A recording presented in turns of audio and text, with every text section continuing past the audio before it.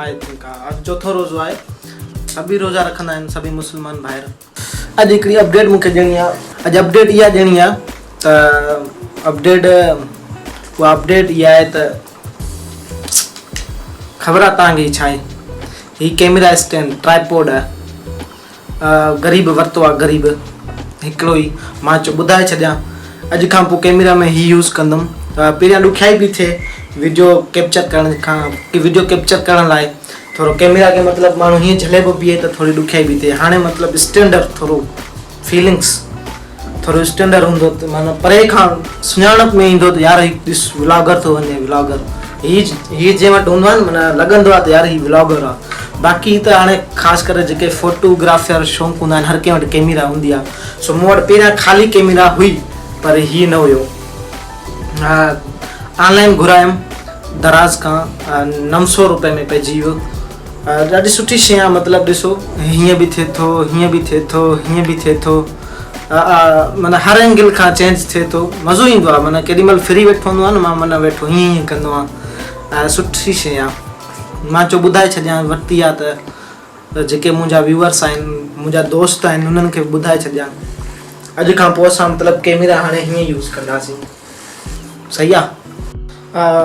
पहिरियां जेका कैमरा मां झलींदुमि उहा हीअं झलींदुमि, मतिलबु हीअं नज़र ईंदो। थोरो वेझे पोयो थोरो छाकाणि लेफ्ट हैंड में आहे। छाकाणि जेको कैमरा जो हथु झलण वारो आहे उहो लेफ्ट साइड ते आहे। उनजे करे मां लेफ्ट हैंड यूज़ कंदुमि। पर हाणे जेको आहे न सवलाई थींदी कैमरा यूज़ करण में। ख़बर आहे न छो?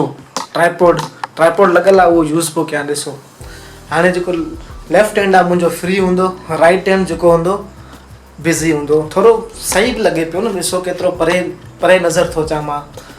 सुठी फीलिंग्स बि अचे त लॻे पियो त यार को कम वारो माण्हू थो वञे। ही फीलिंग्स सुठियूं थियूं अचनि। फीलिंग्स बसि वॾा तव्हां भाइरनि जो साथ हुजे।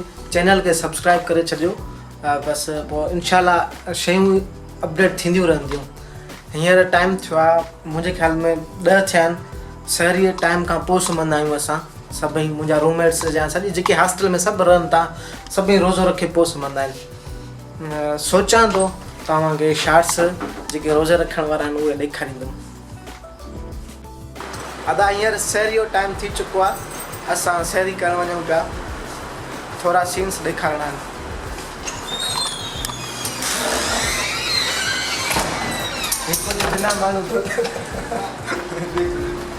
बिना मुंहुं धोतल माण्हू ईअं लॻंदा आहिनि तोखां साफ़ आहे।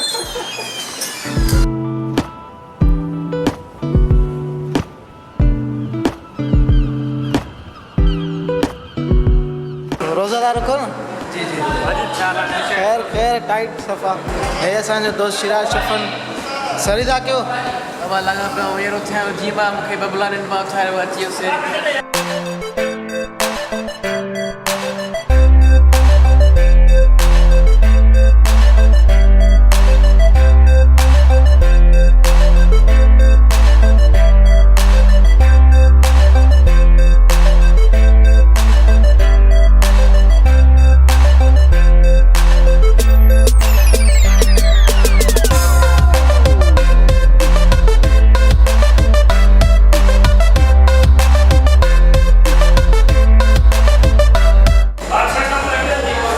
सहरी करण वक़्तु असांखां हर शइ विसरी सघे थी पर हिकिड़ी शइ यादि न विसरंदी आहे। उहा तव्हांखे ख़बर आहे पर वरी बि ॾिसी वठो।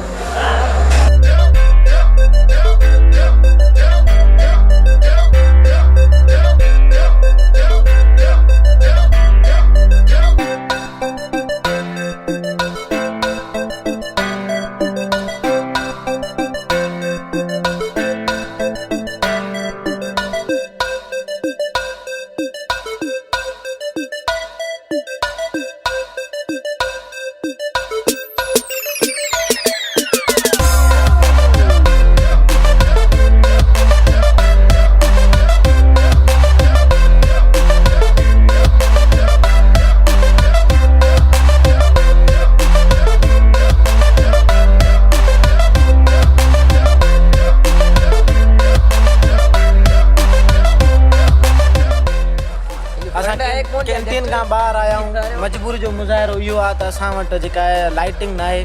उहो असांजो भाउ फवाद लिगारी साहिबु मोबाइल झलियूं बीठो आहे त बि नज़र कोन था अचूं पोइ असां चांहि खां पोइ था मिलूं। कलर थोरो डाउन आहे उहा ॿी ॻाल्हि आहे नज़र नथा अचूं पर चांहि खां बाद में मिलूं था ठीकु आहे।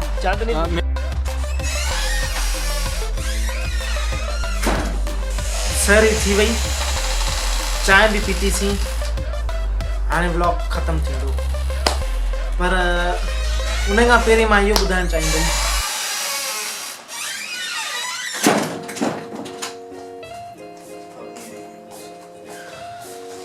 हुन खां पहिरीं इहो ॿुधाईंदुमि त कुझु क्लिप्स आहिनि उहे ॾेखारणु चाहींदुमि हिन में छाकाणि हुन खां पोइ फस्ट डे ते जीअं चंड नज़र आयो उन खां बाद में मां व्लॉग वग़ैरह न ठाहियो हुयो सिर्फ़ु उहे ई क्लिप्स रिकॉर्ड कयूं हुयूं जेके रमज़ान में चंड नज़र आयो फस्ट ते उन क्लिप्स मां ॾेखारणु चाहींदुमि।